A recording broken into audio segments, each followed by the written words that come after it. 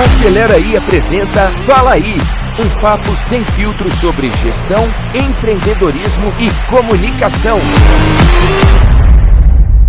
Bem-vindos ao Fala Aí, podcast aqui do Acelera Aí, que a gente faz com muito carinho sempre, focado em você, empreendedor, que nos acompanha já há todo esse tempo, são mais de 50 episódios, onde a gente sempre faz essa união de contar a história de empreendedorismo dos grandes artistas que fazem parte da plataforma e de grandes empresários também, que estão evoluindo, estão coordenando a sua comunicação, usando um pouquinho da nossa tecnologia.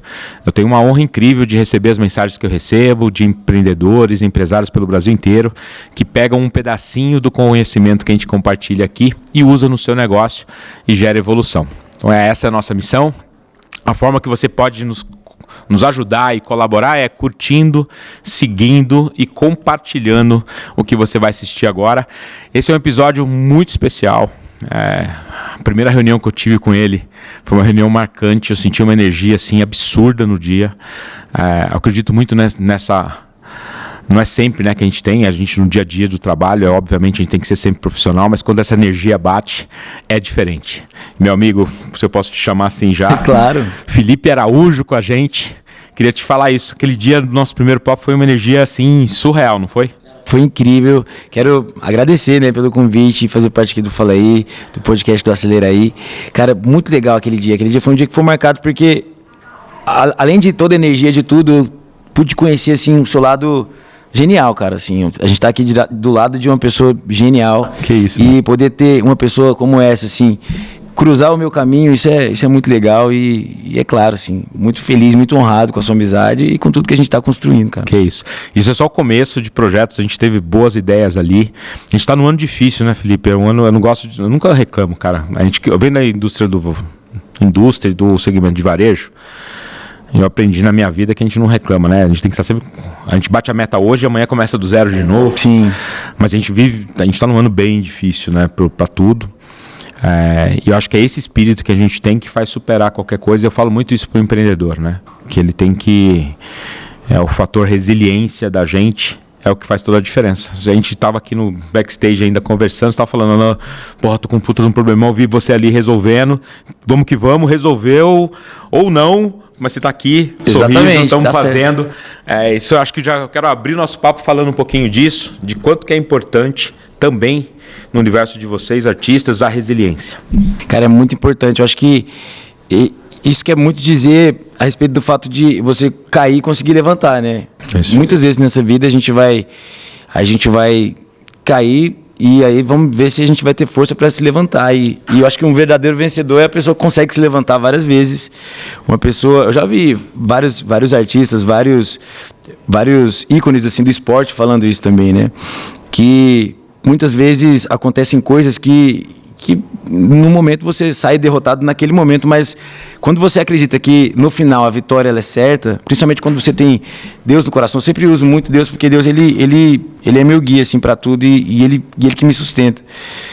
Com Deus a vitória no final ela é um resultado inevitável, né?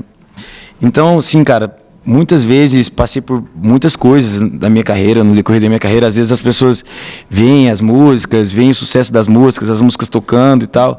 Nem imaginam o que se passa por trás, né? É isso. Tem muita coisa que acontece por trás que as pessoas não percebem, mas a gente tem que estar forte, sempre tem que estar firme e forte para conseguir se levantar e dar o próximo passo sempre, né? E, você começou a tua carreira mesmo com 15 anos de idade. 15 anos de idade. Como é que foi isso, cara? Porque com 15 anos a gente tá ali... Eu também falo que eu tenho privilégio. Depois de muito tempo você fala, né? Eu acabei de editar meu livro. Eu falo lá, com 14 anos eu comecei a trabalhar mesmo limpando piscina. E era duro pra cacete. Estudava à noite, ficava o dia inteiro trabalhando. Você começou com 15. Hoje em dia, a geração de hoje não tá tanto com essa pegada. Como é que é isso pra você? Então, eu comecei com 15, fazer shows, assim, e me virar mesmo, né? Tipo, com 16 anos, né? Na verdade. Com 15 a gente começou a ensaiar, começou a fazer algumas apresentações. Quando a gente tinha dupla, foi a minha primeira dupla dos 15 para os 16 anos. Mas foi com 16 anos mesmo que eu comecei a fechar showzinhos, assim, para ganhar R$200, R$100 e tal. Mas o primeiro dinheiro que eu ganhei com música foi com 12 anos, cara, quando eu tinha uma bandinha de rock. Com 12 anos? 12 anos a gente Conta fez. Essa é nova, hein? Essa eu acho que eu nunca falei em lugar nenhum. Ai... Cara, a gente foi fazer uma apresentação num evento cultural lá de Goiás. A gente tinha uma banda que Qual fazia... cidade? Não, em Goiânia. Goiânia mesmo. E a gente tinha uma bandinha que fazia parte de um projeto da Universidade Federal de Goiás, da UFG. Era um projeto para alunos da minha escola, de algumas escolas assim, que levava música para adolescentes, crianças e adolescentes, para naquele momento ali da tarde, sabe? Você... sei lá, não se envolver com coisas erradas que o mundo pode proporcionar, né? Vim de uma família musical desde os meus bisavós. Eu me inscrevi nesse projeto da Universidade Federal sem comunicar meus pais, nada, porque eu queria fazer aquilo ali e achava o máximo poder fazer aquilo ali por minha conta, com 12 anos de idade. E nesse projeto a gente formou uma banda. E a banda se chamava Pequeninos, porque era um projeto que estava vinculado à Banda Pequi, que é uma banda super conhecida e renomada lá do estado de Goiás, uma banda de orquestra, de música clássica e tal.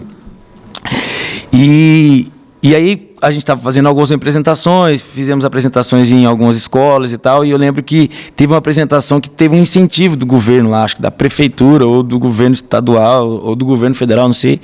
Eu sei que eu ganhei R$16. Uau! Aí chegou uma correspondência na minha casa, num envelopezinho assim, e aí eu abri, eu nem imaginava, cara. Eu já achava o máximo, porque eu ia faltar aula e ia cantar pra faltar aula. Foi, pra mim já tava pago. Não, ainda ganhei R$16. E você tocou rock? Cantei rock. Que era na época? Legião? Cara, a gente cantava um pouco... Na verdade, a gente fazia rock, mas a gente fazia MPB também. Tá. Mas assim, quando a gente ensaiava mais rock. Mas quando a gente ia tocar nos lugares, aí... para mostrar um pouco da banda, a gente tocava outros estilos também. Mas a gente tocava Linkin Park, Charlie Brown e tal. Algumas músicas do Mamonas Assassinas que a gente gostava. Mas a gente tocava também Djavan, Tim Maia, enfim. Sensacional. Eu lembro que, até hoje, a primeira apresentação que a gente fez foi tocando Lilás, do Djavan. Uhum. Incrível. E me fala uma coisa, eu vou sair do roteiro aqui, tá? Cara, o que na tua visão, já devem ter te perguntado isso, mas eu vou perguntar diferente. Na tua visão, o que acontece com a água de Goiânia? De Goiânia? De Goiás. De Goiás, né? Do estado de Goiás. De Goiás, cara. Porque assim, é muito talento, é muito... O que é? Qual é a base que permite que tantos talentos da música brasileira surjam de lá? Já me fizeram essa pergunta e cada vez que eu respondo, eu chego a uma conclusão diferente. Não tem problema. Eu queria ver a tua visão sobre isso. Porque eu acho que é muito cultural, né? A música sertaneja ela está muito presente no estado de Goiás. Mas da mesma forma como está muito presente no interior de São Paulo, no interior de Minas. Tanto é que as principais duplas sertanejas, assim, dos primórdios da música sertaneja, nasceram, acho que no interior de São Paulo. Você pegar, tinha um Carreiro Pardinho, que eu acredito que seja aqui do interior de São Paulo, Tonico Tinoco e tudo mais. Só que com o passar do tempo, cara, isso foi ficando a cena foi ficando cada vez mais forte lá em Goiás. Aí as pessoas, meu pai me conta muito, que a partir do momento que as pessoas começaram a sair do campo, da roça e tal, meu pai saiu da roça com 17 anos e foi morar em Goiânia. Aí a música sertaneja foi invadindo Goiânia. O povo ia saindo do interior e indo para Goiânia, e a música sertaneja foi invadindo Goiânia demais. Então assim, ali final dos anos 70, início dos anos 80, isso ficou muito forte. Aí surgiram duplas como Leandro Leonardo, que é uma dupla que surgiu ali nos anos 80. Sim. Bruno e Marrone. Meu pai tinha um bar lá em Goiânia. Meu pai tinha um bar nos anos 80, final dos anos 80, que o Bruno e Marrone abria show do Leandro Leonardo. Olha isso, cara. Meu pai tinha esse bar que ninguém era conhecido. E será que não está aí o segredo? Essa troca, Porque um vai compartilhando com o outro, vai evoluindo. Exatamente, ali todos se conheciam, aí tipo, Bruno Marrone já era amigo do Leandro. Tanto é que Bruno Marrone foi fazer sucesso 15 anos depois disso. Porque o bar era 87, 88, o Bruno Marrone foi fazer sucesso em 98, 99, né? Então 10 anos depois. Só que pouco tempo depois, o Leandro Leonardo já começou a fazer sucesso. Eu acho que eles... não sei se eu posso falar assim, mas um dos primeiros, eu posso dizer, artistas goianos, de fato, que começaram a fazer sucesso na música sertaneja foram Leandro e Leonardo. Sim. Ali em 88, 89. Aí veio Christian Ralph. Aí em 91 já veio Zezé de Camargo e Luciano. Aí veio um sucesso, aquele sucesso assim que poucas vezes a gente viu na música brasileira. O fenômeno que foi Zezé de Camargo e Luciano ali nos anos 90, né? Tipo, vendendo disco do mesmo nível de artista internacional. Tipo assim, Zezé de Camargo e Luciano vendia no Brasil o que um artista internacional famoso vende no mundo inteiro, né? Ali nos anos 90. Então acho que essa turma abriu portas para que hoje, cara, é até engraçado isso. Você chuta uma árvore e cai 16 duplas sertanejos da árvore, lá em Goiânia. Muito bom. É bom, velho. E de qualidade, né? E todo mundo cantando muito, cara. Todo mundo cantando muito. A galera tem muito talento. Eu costumo brincar com os meus amigos da música sertaneja que já fazem muito sucesso também, cara. Se parar para analisar quantos artistas estão espalhados por aí que não tiveram, talvez, oportunidade ou... Porque tem aquele negócio também, Deus tem que colocar a mão assim e falar, vai lá, né? Também tem isso, mas tem muitas pessoas que estão espalhadas pelo mundo aí que muita gente nunca vai ouvir e que canta mais que todos nós. Sabe? E lá em Goiânia tem muito disso, cara. Tem uns caras, tem uns talentos lá, uns parceiros que a gente até tenta fazer alguma coisa e tudo mais. E a galera que canta demais, pô. Que tem muito talento. Então, é um celeiro mesmo. Eu chamo a atenção para o primeiro aprendizado aqui para nossa audiência, Felipe. Quanto é importante a resiliência, né? Não existe. Eu dou algumas mentorias ali para os alunos do G4, alguns clientes até da Acelera aí. E eu vejo uma ansiedade muito grande. O cara fala, poxa, eu tô há 1 ano e meio com o meu negócio batalhando aqui, não tá dando certo. Eu falei, cara, tá só no começo. Tá certo. A Acelera aí tá com 6 anos, eu só tirei o dedinho da lama no 4º ano. Os 4 primeiros anos foi já começou gigante, hein? Mas os 4 primeiros anos foi muita porrada. Veio a pandemia, a gente lutando ali. Precisa ter isso, né? Você acabou de citar aí o Bruno e Marrone, quantos anos? Você começou com 15, está completando 14 anos de carreira agora, certo? 14 anos de carreira. Não, vou completar quase 15, 15 anos de carreira. 15 anos de carreira. Quantos anos foram para os 5, 6 anos ali, o começo? Foi. Isso. Não, foram 5 anos. Tá vendo? Não tem, gente. Você quer empreender, quer criar algo único, quer criar algo que seja relativamente forte. Eu acho que o meu foi até rápido, cara. Tipo assim, lógico, demora, né? A gente vê muitas coisas acontecendo aí, mas se parar para analisar com 20 anos, 21 anos, graças a Deus, já gravei meu primeiro DVD e esse DVD já começou a tocar no Brasil inteiro, com 21 anos, eu acho, se eu não me engano, na época. Eu acho que eu tive muita sorte. Tem muita gente... O Zezé de Camargo e Luciano, o Zezé, ele demorou 20 anos para fazer sucesso. O meu irmão demorou 18 anos para fazer sucesso. Nossa Senhora. Meu irmão cantava, né? Desde os 9 anos de idade, ele foi fazer sucesso com... foram... Eu não sou muito bom de matemática, mas acho que 13 anos. 13 anos. Ele foi fazer sucesso com 26 anos. Com 9, é isso aí, quase 15 anos. Quase 15 anos. Para fazer sucesso. Mas é isso, é resiliência. Gente. 17 anos, né, na verdade. 17 anos. Eu acordei tem pouco tempo, viu, gente? Vocês vão me perdoando aí pela matemática. E antes de entrar aqui na nossa pauta de quadros, eu queria que você falasse um pouquinho da tua experiência como apresentador, né? Você fez um projeto no TMZ ali, conta um pouquinho sobre isso. TMZ. Eu aprendi com o Rodrigo Faro, né? Nosso amigo. Tô brincando. Tá doido. O Rodrigo, pra mim, ele é um gênio da comunicação, mas ele é o meu padrinho. Eu brinco que ele... Brinco não, na verdade é bem sério isso mesmo. Ele é meu padrinho, foi o primeiro a me dar oportunidade, assim, na televisão brasileira. Então eu tenho que agradecer demais o Rodrigo. Mas eu gostei. Sócio. Eu gostei demais. Foi uma oportunidade, foi uma experiência bacana. Foram 2 meses ali apresentando o TVZ, um programa ao vivo. Por isso que eu falei, cara, programa ao vivo, você entrar de cara num programa ao vivo. Tiveram direto, tem muitos problemas, né? Problema de, quando você tá lidando com maquinário, um cabo pode ferrar com o som do programa. Aí aconteciam uns negócios desses, aí eu ali, né, sem nenhuma experiência, tinha que chamar um clipe para resolver o problema. Aí, agora você vai entrar agora para assistir o clipe da Anitta. Pô, aí tipo, ia aqui com ponto no... no ouvido. Não é difícil fazer coisa com ponto, cara. É muito difícil, até cara. hoje. Eu já fiz vários. Pra quem tem TDAH igual eu, irmão, praticamente também, impossível. porque, cara, eu não fiz muitas coisas com ponto, mas o que eu fiz, cara, eu ficava atordoado. Chegava a ponto de, às vezes, eu tirar, o diretor falar, cara, não pode tirar. Eu falei, deixa eu tocar aqui. Por exemplo, no meu show eu uso ponto. Mas tipo assim, retorno, né? Eu tenho um fone de retorno para ouvir, mas só que tem o meu produtor musical que fica conversando. Eu tenho um fone de retorno para ouvir mais a banda e tal, e enfim, minha voz. Só que tem momentos que às vezes ele precisa falar enquanto eu estou conversando com o público. Eu já proibi ele de falar enquanto eu estou conversando com o público. Você porque desconcentra, porra. não consigo criar uma linha de raciocínio e terminar um assunto com o público, sendo que tem outra pessoa falando algo no meu ouvido aqui, dentro do meu ouvido, ou outro assunto totalmente diferente. E eu já tenho TDAH, irmão, aí esquece. Muito bom.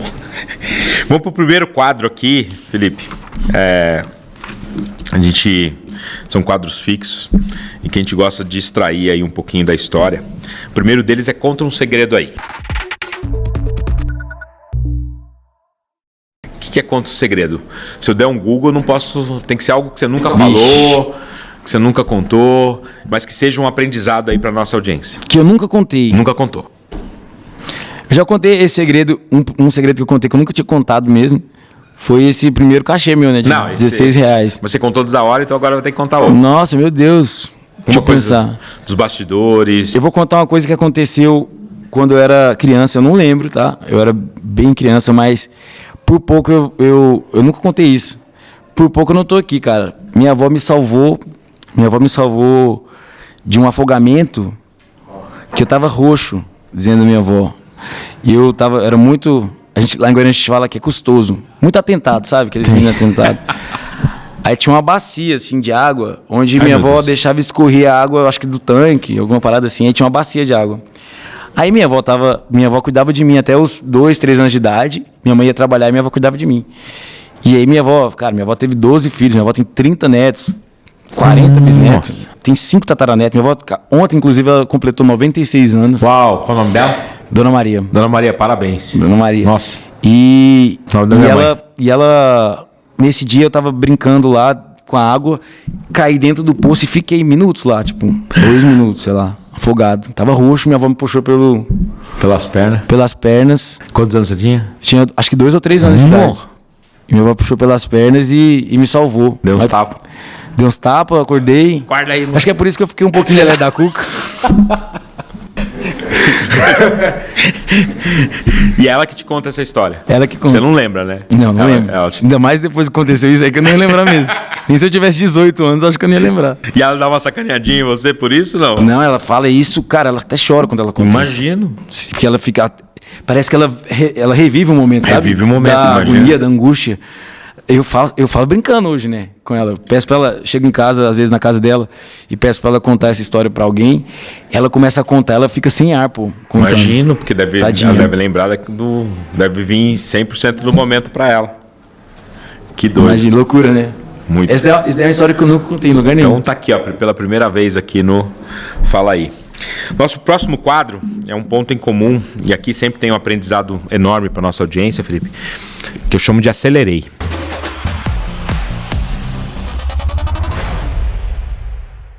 A gente sabe na nossa carreira aquele dia que mudou a história. Então, qual foi o teu Acelerei? Cara, teve uma. Essa aqui é muito legal também, eu acho que eu não contei em lugar nenhum. Vou falar alguns números aqui. Fica à vontade. Esses números, eles mudaram muito com o passar dos anos, né? Mas eu lembro que quando a gente gravou o primeiro DVD, a gente usou tudo que tinha, cara. Tipo, a gente fez uma aposta, a gente deu all-in. All-in. Eu já dei vários all-ins na minha vida. Eu imagino. Só que, e aí naquela época, meu show era, vamos supor, sei lá, R$10 mil, né? A gente gravou um DVD que a gente gastou todo o dinheiro, aí convidou vários artistas para participarem. Jorge Mateus, Henrique Juliano participou do meu DVD, Leonardo participou, Zezé de Camargo e Luciano, Simone Simara, enfim. Só que, cara, a gente gastou tudo com esse DVD, pô, não tinha mais um centavo. A gente não pensou o seguinte, pô, tá, vamos gravar o DVD, vamos fazer o DVD massa, e depois, como é que a gente vai lançar uma música? Porque, cara, é muito caro, todo mundo sabe, né? Tipo, um investimento muito, muito arriscado. lançar música. Cada música que você vai lançar hoje em dia é muito maior ainda, porque ainda tem a questão toda do digital, que hoje tem um trabalho muito focado para o digital. Naquela época, 2015, 2016, era diferente. Os parâmetros eram diferentes.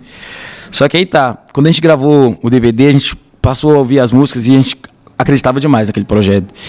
E eu acreditava muito que a música que ia ser o pontapé desse projeto ia ser a Malha Falsa. Só que, a gente não tinha mais nenhum real pra lançar a Malha Falsa na rádio, em lugar nenhum, pô, não tinha mais R$1. Cara, teve dois caras, inclusive, mandar um abraço pra eles, o Elson Ramos e o Rafael Yamada, lá de Cuiabá. Cara, eu vendi... Como é que é aquele ditado quando você vende algo barato por muito preço? Cara, o meu show custava, sei lá, 10 mil. A gente falou, cara, você vai ter que apostar no nosso projeto. Vou te vender 10 shows por 25 mil. Que a gente precisa literalmente de 250 mil. Para fazer a lançamento. Era assim, para começar. Para colocar essa música na rádio. Que aí aos poucos, o que isso vai gerando, a gente vai reinvestir, né? No projeto e tudo mais. Mas era assim, o pontapé inicial, pelo menos a gente tinha que ter 250 mil. Aí vendemos 10 shows por 25, sendo que o show custava 10, pô. Aí o cara comprou. E eles acreditaram, os dois, o Rafael e o Elson, em sociedade, compraram. Graças a Deus deu tudo certo. E no final das contas eles venderam esses shows muito mais caro do que os 25 que eles compraram. Recuperaram o investimento, tiveram o lucro dele. Muito mais, tipo assim, venderam shows bem mais caros do que os 25. Então, e faz parte, né? Faz parte, mas eles, se eu não tivesse... Eu cheguei a oferecer para outras pessoas também. Ninguém acreditou. Eles acreditaram. Se eles não tivessem ajudado naquele momento, a gente tava ferrado. Não ia ter um baita de um produto na mão, mas não ia ter como colocar ele na praça. Não teria. E hoje como é que é? Hoje essa lógica de lançamento aí, por curiosidade minha, Felipe, continua igual? Como é diferente. Assim, isso... Só que é parecido, mas os números são bem maiores hoje em dia, porque você precisa fazer um trabalho muito bem feito no digital, você precisa fazer... Continua com um trabalho, tem que ser muito bem feito nas rádios e tudo mais. E conforme a sua carreira vai ganhando peso, vai ganhando estrutura, essa parte estrutural mesmo da carreira vai trazendo muitos custos. Investimentos, na verdade, não custos. Investimentos mensais com material humano, com a equipe, com essa estrutura que você precisa dar. Você precisa ter uma baita de uma assessoria de imprensa, você precisa ter um pessoal que faz uma assessoria para você em todas as rádios, você precisa ter uma empresa que cuida da parte digital, você precisa de muita coisa, entendeu? Então, no meio disso, o ecossistema, ele é muito mais caro mensalmente. É uma empresa. É uma empresa. É isso. Isso que acho que fica aqui de legado aqui para nossa audiência.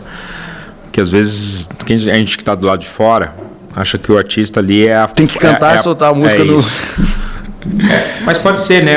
Não tem erro nisso. Não. Mas eu acompanho alguns há muito tempo.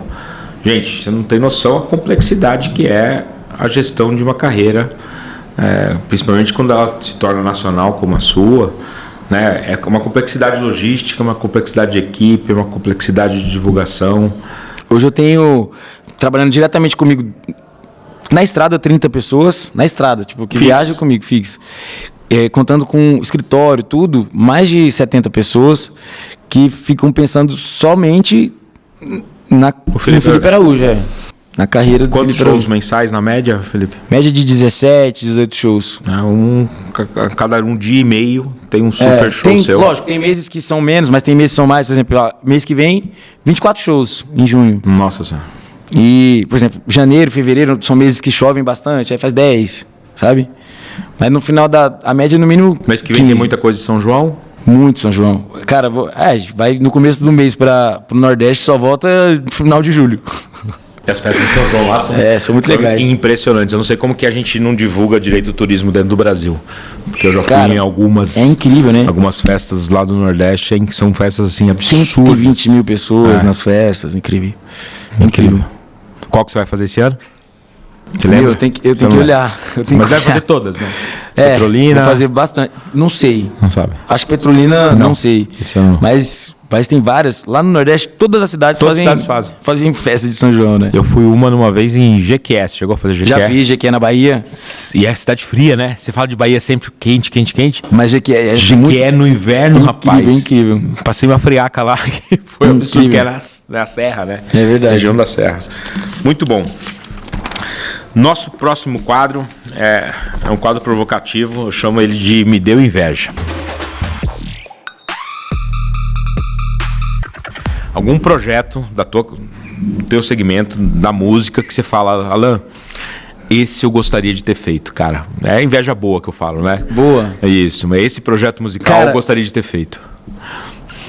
São vários projetos incríveis, né? Sim. Dentro da música, não dentro do sertanejo. É porque eu vou falar porque ontem eu tava rolando no Instagram e apareceu lá uma notícia lá do Thiaguinho, que ele ganhou não sei quantos bilhões, faturou não sei quantos bilhões já com o Tardezinha. Aí, olhando para aquele número ali, eu falei assim, eu queria ter feito. Mas é muito forte. Esse aí eu queria, pelo menos esse número aí eu queria. Ele criou um negócio. Mano, incrível, né? E ele mexe muito com a cultura do brasileiro, pô. Sim. O Thiago, ele é um cara sensacional, um talento incrível. Ele fez o Tardezinha. Aí, por exemplo, ele chega em Goiânia pra fazer o Tardezinha. Teve uma vez que ele fez o Tardezinha em Goiânia, 6 horas de show. Caraca. Além de cantar todos os pagodes que ele canta no Tardezinha, geralmente, e ele gosta muito de sertanejo, por exemplo. Ele começou a soltar as músicas do Zezé de Camargo e Luciano e Leonardo lá em pagode, mano. Ele foi uma loucura. Todo mundo foi uma loucura, pô. O Tardezinha foi um dos melhores eventos que eles já fizeram lá em Goiânia por conta disso. Então, é um projeto muito acertado, o Tardezinha. Além de tudo que ele construiu ali na série que ele lançou e tudo mais. Muito, muito bonito. É um projeto muito bonito. Ele é genial.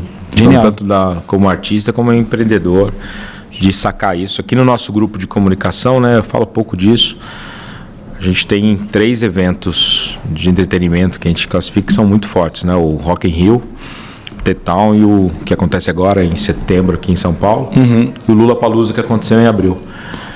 E é muito difícil, cara, colocar um evento desse tamanho na rua. É muito difícil. Imagino. Muito difícil. O Tardezinha tem essa proporção. É gigante. É uma proporção estratosférica, né? É algo meio que fora dos padrões, assim... Total. Do que é o Brasil mesmo. Porque acho que foi do Exame a notícia que eu vi. Exame.com. Na notícia que eu vi, parece que o Tardezinha ultrapassou a turnê do Sandy Júnior lá de 30 anos, eu acho. Meu Deus. Loucura, né? Não sei, depois vocês têm que olhar. Se baseia no que eu falo, não. Às vezes muito bem. Uma ótima inveja boa, porque é um projeto mesmo. Thiaguinho, um abraço. Parabéns pelo que você está construindo aí. Nosso próximo quadro lembra do video show que tinha na Globo? Eu chamo de uma boa do backstage.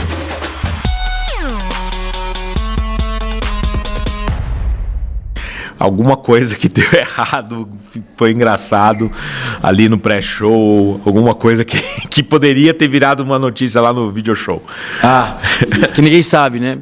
Melhor, cara, se ninguém souber, melhor ainda. Já aconteceram muitas coisas. Eu já fiz xixi na roupa. No meio do show? No meio do show. É mesmo? Eu tenho um problema. Isso é bom. Eu tenho um problema que é, por exemplo, se eu começar a rir demais, eu tenho que sair correndo, cara. Eu não consigo segurar. Mas tem que rir muito mesmo. Uma pessoa que sempre conseguia me fazer mijar na roupa era o Cristiano, porque ele era muito engraçado e tal. Mas nesse dia, foi um amigo meu que ele é de Gana e ele tem sotaque. Ele tentava falar português, mas o sotaque dele é muito forte, porque ele fala inglês, né? E além da língua, do dialeto de Gana mesmo lá. Mas com a gente ele conversava em inglês. Só que ele foi tentar cantar uma música, ele não bebia, nunca bebia, ele é jogador de futebol e tudo mais. Aí nesse dia ele tomou um negócio e ele ficou muito corajoso. Saiu do eixo ali. Ficou muito corajoso. Mano, ele invadiu o meu palco. Catou um microfone e começou a cantar a música, só que ele não conseguia cantar direito, né, velho? Aí, na hora que eu assustei tanto que eu comecei a rir muito. E aí eu tava com a calça amarela, cara, nesse dia. Aí eu mijei na roupa, porque eu não conseguia. Deixei ele cantando lá, fui tentar chegar no banheiro. Não deu tempo de chegar no banheiro e eu mijei na roupa. Caraca. Medi na roupa, aí tipo, na hora que não tinha calça pra trocar e tal, não deu tempo e tal. Na época eu tinha dupla sertaneja ainda. Aí eu voltei, tipo, com aquela cara de gol contra pra todo mundo e falei... E eu sempre assumo o BO, né, velho? Cara de gol contra, muito bom isso. Falei, gente, eu não consegui segurar. Eu tive que terminar o show mijado. E vamos que vamos. E vamos que vamos, foi isso. Muito Só que o povo bom. ria, olhava pra mim e ria, né? Pô, caramba, o cara tá mijado. Mas foi isso daí, acho que isso daí foi um dos piores que já aconteceu. Tomar liberdade aqui, o clima tá bom. Eu queria falar de coisa boa. E é coisa boa. Eu queria que você contasse um pouquinho da relação com o teu irmão. Qual é o legado aí? O que você aprendeu com ele que você traz até hoje? A gente sempre tem, né? Eu perdi 2 irmãos também. Mas de cada um deles eu sei claramente o que eu aprendi, que eu estou trazendo de legado para minha vida inteira. O que você pode dizer sobre isso? O Cris, ele sempre me ensinou, sem ter que me ensinar, mesmo no exemplo. É isso. Sempre me ensinou muita humildade, cara. Sempre foi uma pessoa muito humilde. Uma pessoa que sempre tratou todas as pessoas da mesma maneira. Ele não tinha distinção de tratamento. Eu acho isso muito legal. Sempre achei isso muito legal. Se ele chegasse num evento onde tivessem os maiores artistas e ao lado dos artistas as pessoas que não eram conhecidas, ele tratava todo mundo da mesma maneira. E isso é acho que isso é além de humildade, isso é caráter, né? Isso, claro. Eu sempre tentei, eu faço isso. Eu acho que isso faz parte da nossa família mesmo. Meu pai sempre ensinou isso pra gente. Mas o Cris, ele era um cara que, se ele chegasse nesse ambiente aqui, ninguém conseguia ficar parado. Tipo, ele ia fazer todo mundo rir, cara. Ele ia fazer todo mundo ter vontade de fazer xixi na roupa. Porque ele não conseguia. Sabe aquela pessoa que não consegue ficar quieto? Ele não conseguia ficar sem fazer graça no segundo. É quinta série o tempo todo. O tempo inteiro. Parecia um menino. E isso era muito legal. A energia dele era muito contagiante. Eu sinto muita falta da energia do Cris. A energia dele era o seguinte: de eu estar aqui, se ele estivesse chegando agora lá fora, onde eu não tô vendo ele, você já sabia eu já sabia que ele estava chegando. A energia dele era muito forte. Que legal. E o talento, assim, o amor, ele sempre fez tudo com muito amor. Ele sempre se entregou demais em todos os projetos, em tudo que ele fazia. Se fosse para ele fazer um show voz e violão, ele ia fazer o melhor show voz e violão que você assistiu na sua vida. Se fosse para fazer uma mega produção, ia ser gigantesco também. Ele sempre se entregou de corpo e alma em tudo que ele fez. Ele amava muito o que ele fazia com muito, muito amor. Eu nunca vi uma pessoa cantar com tanto amor do jeito que ele fazia. E ele tinha muita gratidão por tudo que ele conquistou, assim. Igual a gente estava falando, durante 16, 17 anos ele buscou e batalhou demais por tudo isso. Passou por muitos perrengues aí na carreira dele. Quando as coisas começaram a acontecer, imagina, ele abraçou tudo com muito amor e com muita gratidão. Então isso era muito bonito de ver. Brilhava muito nos olhos do Cristiano esse amor que ele tinha por tudo que ele estava vivendo. Então, além de ser um baita de um pai, que eu tenho isso como exemplo, além do que ele sempre fez pelos filhos dele, pelos meus sobrinhos, ele era como se fosse um segundo pai para mim também, porque ele era meu irmão mais velho e a gente tinha uma certa diferença de idade, 9 anos, então ele era um exemplo, cara, um herói assim para mim. Sensacional. Deixou legado para ti, deixou legado para os filhos. E vocês são em quantos irmãos? Somos 4. Por parte de pai, somos 4. Minha mãe se casou depois que se separou do meu pai, e aí tive mais dois irmãos de outro casamento da minha mãe. Mas por parte de pai, somos 4. E você era o mais novo e ele era o mais velho? velho? Não, eu sou do meio. Você é do meio? Porque o Cristiano e a Cristina são gêmeos. Tá. Aí eles têm 38 anos. Eu vou fazer 30 agora. Tá. E o João Vitor... 21. Legal. Não, 22. 22. O João Vitor tá na música também? Não. O João Vitor, eu preciso te apresentar o João Vitor. Ele é a cabeça da família, pô. Ele é o mais novo, mas se ele vier aqui, ele vai ficar doido. A próxima reunião, vem com ele pra cá. Ou manda ele pra cá ficar uma semana aqui com a gente. Manda que ele vai ficar pirado. Manda pra cá. Eu já falei pro João Vitor, não mexe com música não, cara. Já teve o Cristiano que mexeu com música, eu tô mexendo com música. Você já viu que dar dinheiro é outra coisa, não é música não. Não reclama que é feio. Tô brincando. Meu amigo, falar agora aqui um pouquinho, eu queria o teu feedback transparente aí para nossa audiência sobre o impacto, como você entendeu o Acelera Aí e a tua decisão de estar com a gente. Acho que é sempre bom a nossa audiência que está aqui entender. Eu gosto de fazer essa pergunta que é para o empreendedor que está aqui entender Porque existe um propósito maior. É óbvio que é um negócio, é mais um negócio no teu portfólio de todos que você faz, pra gente também. Mas nenhum artista entra aqui sem entender o propósito da plataforma. Eu queria que você contasse um pouquinho sobre isso para a nossa audiência. Sim, então, primeiro eu preciso parabenizar todos vocês por essa ideia. Assim, acho que as ideias mais geniais são quando as pessoas identificam algum problema, alguma coisa e estabelecem soluções para consegue realizar ela. Realizar. E isso é muito legal, cara. Eu acho que a democratização que você faz na publicidade com a Acelera aí, que vocês fazem aqui com a Acelera aí, isso é muito lindo de se ver. Poder levar oportunidades de alguns pequenos e médios e até grandes empresas, algumas pequenas e médias e até grandes empresas estarem associadas a grandes artistas de uma forma democrática, né, sem burocratização, da forma como é a Acelera aí. Acessível. Acessível, por isso o nome, né, Acelera aí.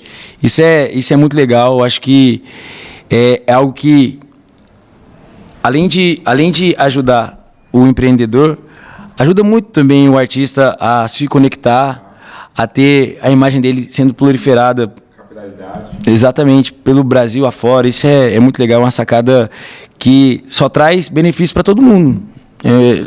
Todo mundo ganha com isso, todo mundo se dá bem com isso. Eu acho que é genial. Genial que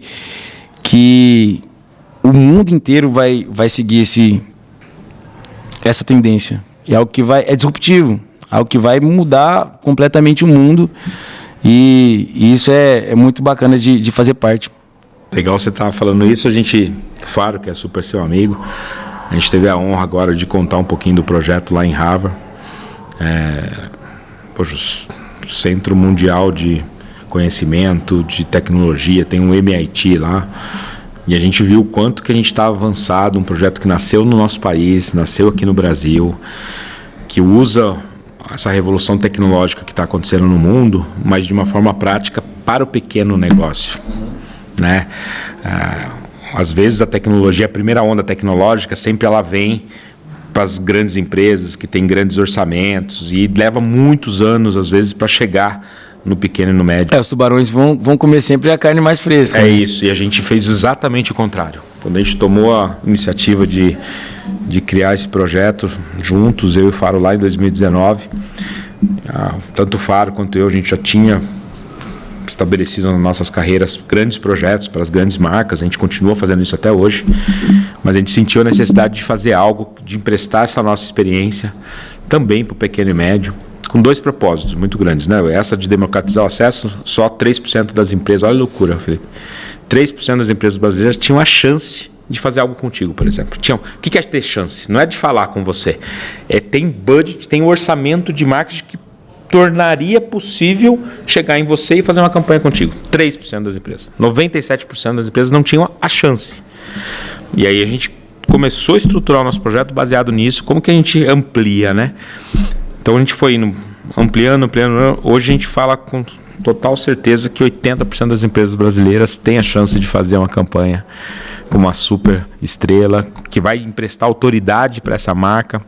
Se é óbvio que se o empreendedor faz um bom serviço, não adianta, comunicação não faz mágica. Agora, se você faz o que a gente chama aí de curva de autoridade, de reputação da sua marca, e entrega um bom produto, entrega um bom serviço, aí você acelera o crescimento do teu negócio. Essa é a nossa tese.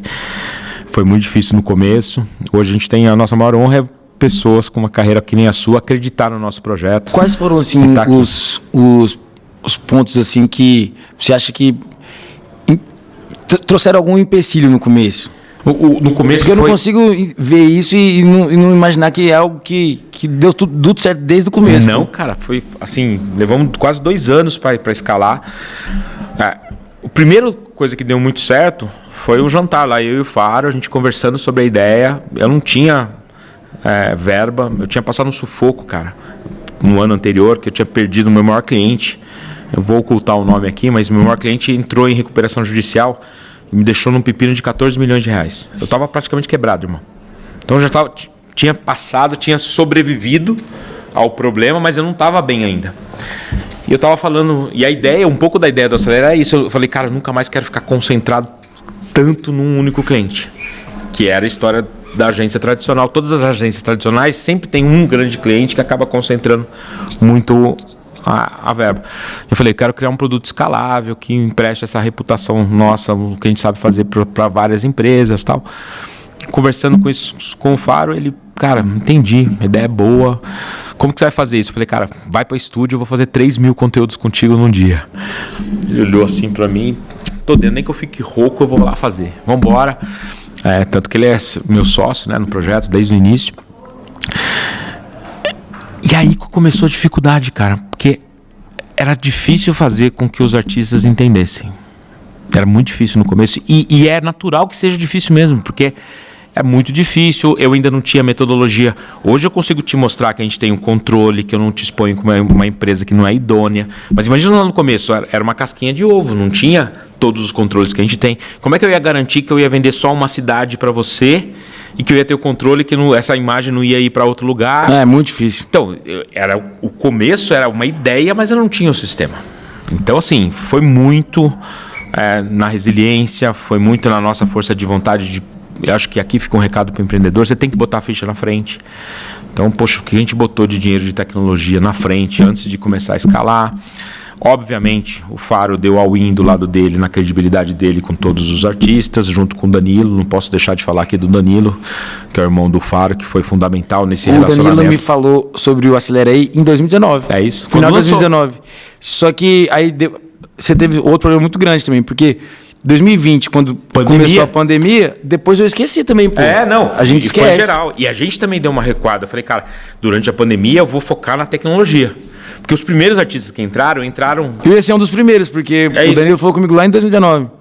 Os primeiros passaram algumas dores, né, desse processo de controle. Uhum. Então a gente foi... Quando veio a pandemia, a gente chegou... Cara, teve uma madrugada que eu e o Faro chegamos a discutir de parar o projeto. Né? Porque, porra, dinheiro... E a nossa visão foi a seguinte, não, vou fazer o contrário, vamos aproveitar a pandemia para fazer a parte tecnológica, que é a parte da retaguarda do projeto. E a gente só está de pé hoje por essa decisão nossa de não tirar o investimento. E aí foi indo, os artistas foram gostando, e aí é a reputação, né? Quando você prova e entrega o que você promete, as coisas vão mudando. Hoje, graças a Deus, são mais de 100 grandes nomes que confiam no nosso projeto, mais de 5.000 clientes já atendidos pelo Brasil inteiro. Muitas vidas mudadas, né, cara? Eu tive alguns depoimentos que vocês me mostraram de pessoas que transformou a história da empresa. Transformou a história da pessoa, o destino da pessoa, né? Pessoa que tinha um funcionário, hoje tem 60. É isso. E sabe o que é mais importante, Felipe? É um business para nós, mas a gente sabe que é um dos projetos que ajuda demais quem mais gera emprego no Brasil a continuar gerando, que é o pequeno e médio negócio. Eu fui buscar essa informação depois, eu tomei um susto, porque a gente fica muito na cabeça que os empregos são as montadoras de carro, são as grandes empresas que geram. 75% dos empregos gerados no Brasil são gerados pelos pequenos e médios empreendedores. Isso eu não sabia. 75%.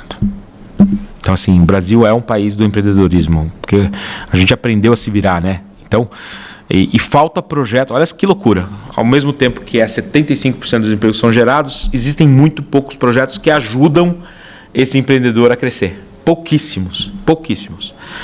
Então, quando a gente enxergou todo esse contexto, falou, não, agora vamos enfiar o pé, vamos colocar identificou o problema, agora eu vou trazer a solução. Vamos trazer a solução e vamos fazer isso com empenho total. Você está aqui, você está vendo a estrutura, a gente não brinca. Hoje por mais que a gente também, tanto o Faro quanto eu, a gente tem outros negócios que são muito bons, o coração bate mais forte aqui. Que legal. Então a gente bota a ficha mesmo e continuamos tomando risco, porque não tem jeito, a tecnologia hoje a gente não pode não estar próximo. Ano passado a gente tem um salto quântico, a maior plataforma de CRM do mundo, que é a Salesforce. Não tem outra Martech, que a gente chama, né, empresa de marketing, que usa a maior plataforma de CRM do mundo como retaguarda. Quem tem um Salesforce no Brasil? Os grandes bancos, as grandes operadoras de telefonia celular, os grandes varejistas. A gente foi lá e falou, não, para prestar um bom serviço a gente vai tomar essa decisão aqui e vamos em frente. Então, é isso. Tem uma frase que eu que me acompanha minha carreira, Felipe, eu falo que eu tenho mais coragem que juízo. Eu também. E aí eu acho por isso que às vezes uns negócios como esse só nascem se você pensa assim. Cara. Entendeu? Não tem jeito. É assim que vai. Igual você falou dos all-in. Tem hora que a gente tem que ter um all-in e confiar. Tem que confiar. Mas com Deus lá em cima e respeitando Ele, a gente não falha. Tem outra frase que eu gosto de usar, falo mais com os amigos sobre isso. A gente toma nossos tomos, mas quando eu apanho, quando eu caio pra frente de onde eu tô. Pelo menos isso. Eu vou levantar... Tomei o tomo, mas vou levantar 2 passos à frente de onde eu tô hoje. Então, mesmo tomando tomo, a gente tá aprendendo alguma coisa. Tá evoluindo. Estamos indo pra frente. Penúltimo quadro nosso. Já, cara? Passa rápido sempre, o Fala Aí. É o Fala Aí invertido. Fala aí! De certa forma, você quase fez comigo agora. O que é o Fala Aí invertido? Cara, pode perguntar o que você quiser. Agora é o contrário. Perguntar. Agora é você que pergunta. Posso perguntar qualquer coisa? Qualquer coisa. Então quero que você me dê um nome do artista mais mala que trabalhou. Tô brincando. Eu topo se eu puder fazer um hater contigo também. Aí fica... Não, pode ser mais... audiência então bora. Ele gosta da confusão. Eita, pô. Não vou fazer confusão. Não. Fala aí, a gente não busca hater, não. E embora tem muito guru que fala, né? Que se você não tem uma provocação forte, não dá audiência. Mas a gente não busca essa audiência, não. Cara, mas uma curiosidade que eu tenho mesmo a respeito de artistas mesmo, assim. Teve algum cara, assim, que você chegou com uma expectativa e as expectativas foram superadas, tanto pelo lado, talvez pelo lado bom ou pelo lado ruim também? Você achava... Porque já aconteceu, não vou falar quem, mas já aconteceu, por exemplo, de eu ser fã de uma pessoa e quando conhecer eu falar assim, pô, como é que eu era fã de um cara desse, insuportável desse, assim, sei lá. Uma ótima pergunta. Nesses 50 e poucos episódios ninguém fez essa pergunta, Felipe. Vou te responder de um jeito muito sincero, tá? Eu acho, primeiro, sobre a plataforma e depois sobre o artista. Sobre a plataforma, assim, ela é tão disruptiva, ela cria um ambiente tão novo que ela é uma surpresa sempre. Sempre. Então, o que é uma surpresa sempre? Às vezes a gente coloca um artista que, pelo histórico dele, faz sentido, porque a gente sempre gosta de colocar os artistas que possam emprestar alguma autoridade para a marca, mas a gente, sei lá, não vou falar a palavra preconceito, porque não é preconceito. A gente estabelece uma régua pelo tamanho da carreira do artista e essa régua vem aqui em cima assim, pum! E aí eu fico sempre analisando, falei, caramba, por quê? Né? E por que eu estou contando isso? Porque eu quero falar mais sobre o aprendizado que a plataforma teve. O Brasil é um país muito profundo, cara. Então, assim, tem artistas populares, vou dar o nome de uma aqui, que eu acho que vale a pena, a Ellen Ganzaroli. Que legal, carreira incrível, tá lá no SBT há muitíssimos anos. Mas a performance dela na Acelera Aí, eu considero muito maior do que a minha expectativa. O que estava errado era a minha expectativa. Por quê? Ela trabalhou do lado do Silvio Santos quantos anos, cara? Olha, falando com o público popular, que é o Brasil de verdade. Então, assim, porrada. Então, isso nos ensina de uma maneira, assim, absurda, constantemente. Então, assim, a gente tem aprendizados incríveis. Ao mesmo tempo, tem desafios. Por exemplo, eu acho que o Brasil é um país que não valoriza os grandes ídolos, principalmente do esporte, né? Eu tenho um desafio, estou insistindo com os atletas olímpicos que a gente colocou na plataforma, estou insistindo e não vou desistir nunca, tá? Mas é difícil, porque culturalmente, se você faz com um atleta que ganhou uma medalha de ouro numa Olimpíada, o Acelera Aí nos Estados Unidos, pum! Sim. Porque culturalmente, o atleta olímpico, né, americano que colocou uma medalha de ouro no peito, ele vira uma referência. Se ele entra num restaurante qualquer na cidade dele, ele nunca mais vai pagar conta na vida dele, né? Ele vira essa referência para a população. Aqui no Brasil, a gente comete o erro de naquele momento... criticar ainda. Mas naquele momento esse cara foi útil, trouxe a medalha de ouro para o Brasil, e agora... Então, assim, óbvio que está evoluindo isso, e eu acho que o Acelera Aí tem uma missão de ajudar nisso. Mas aí foi o extremo para baixo, sabe? Que eu achava que a gente ia ter um reconhecimento muito maior, E eu falei, agora a minha missão como acelerei é o contrário, eu tenho que ajudar que esse reconhecimento aconteça, inclusive gere um salto nisso, aprendizado. Eu tenho uma tese que tão difícil, Felipe, quanto a quebra de modelo que a gente fez no direito de imagem, você sabe disso, né? Eu te expliquei como é que a gente fez isso, eu estou começando a fazer com a música, porque fazer um jingle com uma música, a contratação de um jingle para uma música para publicidade é muito complexa, cara. Porque eu tenho que falar com a editora, com a gravadora, às vezes com o artista e às vezes com o autor da música, né? O intérprete e o autor são diferentes, são 4 agentes no processo para autorizar. A gente perde um potencial absurdo nessa burocracia aqui. A gente conseguiu agora fechar... Vira um telefone sem fio também. Total. E a gente conseguiu, o Acelerei de novo conseguiu criar uma ruptura, que eu chamo de Acelerei Jingles, que a gente está fazendo os testes aqui para lançar. A gente já lançou, mas agora a gente está escalando. Eu tenho contrato com a Warner e com a Sony, mais de 200 músicas, para fazer dessas músicas jingles, com campanhas junto com os artistas. Então é uma solução, pode ser só a música. Eu tive ideia aqui. Manda, aí ó, tá vendo? Fala aí, é para isso. Campanha de absorvente feminino. Opa! E você chegou atrasadinha, mas tava lindo. Pegaram? Genial. Pegaram? Isso vai dar o melhor recorte do mundo. Já vamos vender quantos... Cadê o comercial? Cadê a... Você fala aí, Matheus. Pronto? Já. Qual a gravadora? Universal. Universal. A gente tem que botar lá o Cris para falar com a Universal. Vamos fazer esse negócio. Mas é isso, cara. A gente tá brincando, mas é sobre isso. Imagina o potencial que tem. E a gente tem que achar um jeito de facilitar isso. Né? O mundo hoje...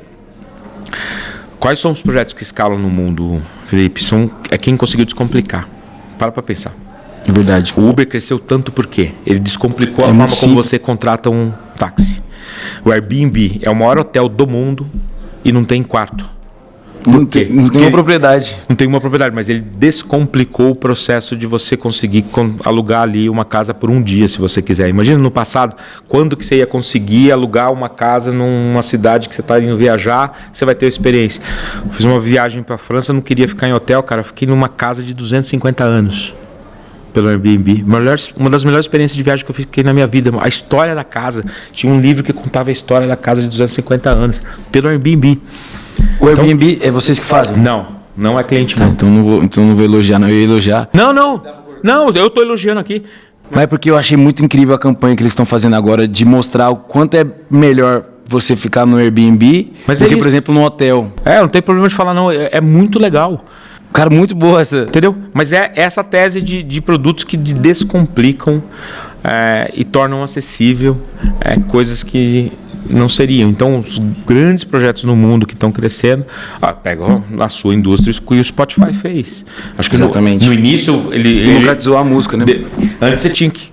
Você, artista, só monetizava se eu comprasse o CD inteiro, e às vezes eu ia gostar ali de 3, 4 músicas, e às vezes o ticket do CD inteiro era alto, eu acabava não comprando, ou pior, eu ia pro CD pirata, e aí não te monetizava. Hoje, cada play de uma música, um único play lá, tá monetizando para tua história artística. Sim. Então, eu acho que a gente vem uma revolução aí tecnológica absurda, e é sobre isso. E acho que, para finalizar a tua resposta, é o espírito de aprender, cara. Você não pode achar que você já acertou. Eu não acho que eu acertei na Acelerei nem um dia, cara. Todo dia eu amanheço sabendo que eu tenho que aprender alguma coisa nova. A gente fez um evento agora em Florianópolis, chamava Empreende Brasil. A gente subiu lá no palco, eu e o Faro, a gente mostrou as ferramentas funcionando, uma campanha inteira ficando pronta em 30 segundos, tal. Cara, quando as pessoas iam lá pro nosso stand com o olho brilhando, falando, cara, o que vocês criaram, tal... Normalmente a gente ficaria com aquele sentimento de orgulho, é muito perigoso às vezes, né? Porra, não, eu ficava escutando, as pessoas viram, né? Quantidade de um pequeno empresário que eu queria escutar o que o cara tinha entendido, e eu aprendi pra cacete, cara, e eu vi que ainda tem muita coisa pra gente evoluir. Então, se eu posso deixar um recado aqui para o empreendedor, cara, nunca acho que seja teu produto tá pronto, nunca acho que você já acertou. É a curiosidade eterna que vai fazer o teu produto estar sempre evoluindo, Que é isso que precisa, você escutar todo mundo, escutar quem te consome, quem te representa, o conteúdo que você entrega. Eu converso muito com todos os artistas, a gente está sempre evoluindo as áreas aqui, porque é dessa conversa eu chamo de escutativa, né? Tem uma frase no meu livro que eu lancei agora, que eu aprendi no varejo, Felipe: falar vende, escutar escala. Quem aprende a escutar, escala o que faz. Quem sabe falar bem, sempre vai vender, mas não vai escalar. Quem aprende também, além de falar, escutar, escala. Então, incrível. Esse é o aprendizado que eu tive aqui. Incrível. Obrigado pela tua pergunta. Porra, chegou na última aqui, a gente faz algumas indicações. Gostaria que você fizesse para a nossa audiência. Tem algum seriado, filme que você aprendeu muito, que você gostaria de indicar para a nossa audiência? Cara, eu tenho um filme que eu sou apaixonado. Esse filme, pra mim, é a obra-prima do cinema. É Interestelar. Cara, você tá brincando. Você viu que vai pro cinema de novo agora? Pois é, ano passado foi pro cinema. Mas vai agora em agosto, uma edição remasterizada. Legal. Eu já vou assistir. Eu assisto todo mês, né? Então. Todo mês? Quase todo mês. Eu assisto umas 2, 3 vezes por ano no mínimo. Eu também, cara. Tipo, eu assisto todo mês, mas eu assisto umas 5 vezes por ano. Porque, além dele ser perfeito, cada vez que eu assisto, eu tenho um alto aprendizado. Igualzinho. Mas, assim, não quero dar spoiler. Não. Mas tem muita gente que tem algum preconceito de assistir porque pensa que é ficção, sci-fi e tal. Mas, cara, esse filme, ele tem um ensinamento tão profundo a respeito do amor. Sim. Que é algo assim que toda vez eu tenho que chorar demais, cara, no final. Porque ali mostra que, dentre todas as leis que existem na física, no universo, o amor é o mais poderoso que existe. É o mais poderoso e é o que está em todos os lugares. Em qualquer lugar. É o único. E em qualquer momento. É isso. Não tem tempo pro amor. Esse é meu aprendizado. Cara, é incrível isso. É isso. É o filme mais lindo, mais bem feito, genial. O Christopher Nolan, meu Deus. Genial. A trilha sonora, genial. Perfeito. Roteiro. É o filme perfeito esse, pra mim. É a indicação que eu tenho. Quem não assistiu tem que assistir. E quem assistir uma vez, é impossível você não assistir várias vezes. E eu recomendo. Porque eu também já assisti muitas vezes e cada vez que eu assisto é um novo aprendizado, porque ele tem ensinamentos. Tem ali, não sei se você considera também, tem ensinamentos sobre como a gente entendeu o que é Deus muito forte. Exatamente. Quem entende isso ali por trás, sem viés religioso na forma como a gente conhece hoje, mas fica nítido ali, né? Como Deus está presente em tudo. Sim. Então, tá aí para vocês. Que super dica. Algum livro, meu amigo? Cara, tem um livro que eu adoro, que eu li ele há alguns anos, mas ele me deu um estalo, assim, que é O Poder do Subconsciente. Muito legal. Muito legal. Mais uma porrada, 2 porradas no meu amigo aqui. Algum perfil do Instagram que você considera que tem um conteúdo legal de aprendizado aí pro empreendedor? Brands Decoded. É sempre na veia, né? Muito sempre legal o jeito que eles ensinam, explicam como que tal artista ou como que tal marca mudou completamente, codificou o a mercado e ajustou. Eu sigo eles e acho incrível. Traz muito insight para mim esse perfil. Perfeito. Vou te entregar aqui nossa super lembrança com uma novidade. Você vai ser o primeiro. Quero que você abra aqui para mostrar para a galera. Lembrança do Fala Aí, de bem-vindo à plataforma. Que bacana, cara. Essa nossa canequinha para você guardar lá, lembrar da gente. Esse para entrar para o sua estante, que participação. Esse é o meu livro, meu amigo. Eu lancei essa semana. Cara, que legal. Primeiro artista do Acelera Aí que ganha o livro aqui no Fala Aí. Criatividade Exponencial. Que legal, cara. Eu vou ler com certeza. Meus 30 anos, meu amigo, de carreira. Que bacana. Eu fiz um pouquinho do que o perfil que você falou faz. Eu codifiquei tudo que está na minha cabeça em frameworks. Você conseguiu fazer isso? Consegui. Desenhei os frameworks para as pessoas poderem usar. E é o primeiro livro que atualiza todos os dias. Que legal. Porque tem uma comunidade que a gente vai estar atualizando os conteúdos lá sempre. Então, que massa. Adorei. E aqui a Esquire também é um projeto novo nosso. É uma revista secular, praticamente nasceu em 1933 nos Estados Unidos e agora existe a Esquire Brasil. A gente trouxe para cá a revista masculina focada no público A. Que legal, cara. Com uma qualidade editorial aí absurda. Incrível. Vou consumir bastante esses conteúdos, vou ler com toda a certeza do mundo e pegar as sacadas. Quero feedback com aí, certeza. se você gostar da E ideia. adorei, isso aqui vai ser vai ter decoração pro meu apartamento. Obrigado aí pelo teu Obrigado, carinho. viu? Pô, tamo junto. Irmão. Gostou? Porra. Vocês aí querem colaborar com o Fala Aí, só faça um pedido, compartilhe, siga, toca o sininho aí pra gente estar cada vez mais compartilhando. É a forma que toda a estrutura que a gente monta aqui para criar esse conteúdo para vocês. Os artistas doam a agenda deles. Eu sei quanto difícil é, né, Felipe, esse tempo que você conseguiu aqui pra gente. E a única retribuição que a gente pede é essa: compartilhe muito e comente aqui se você gerou algum aprendizado para ti no teu dia a dia esse episódio. Um grande abraço. Tamo junto, gente. Obrigado a todo mundo que acompanhou. Beijão.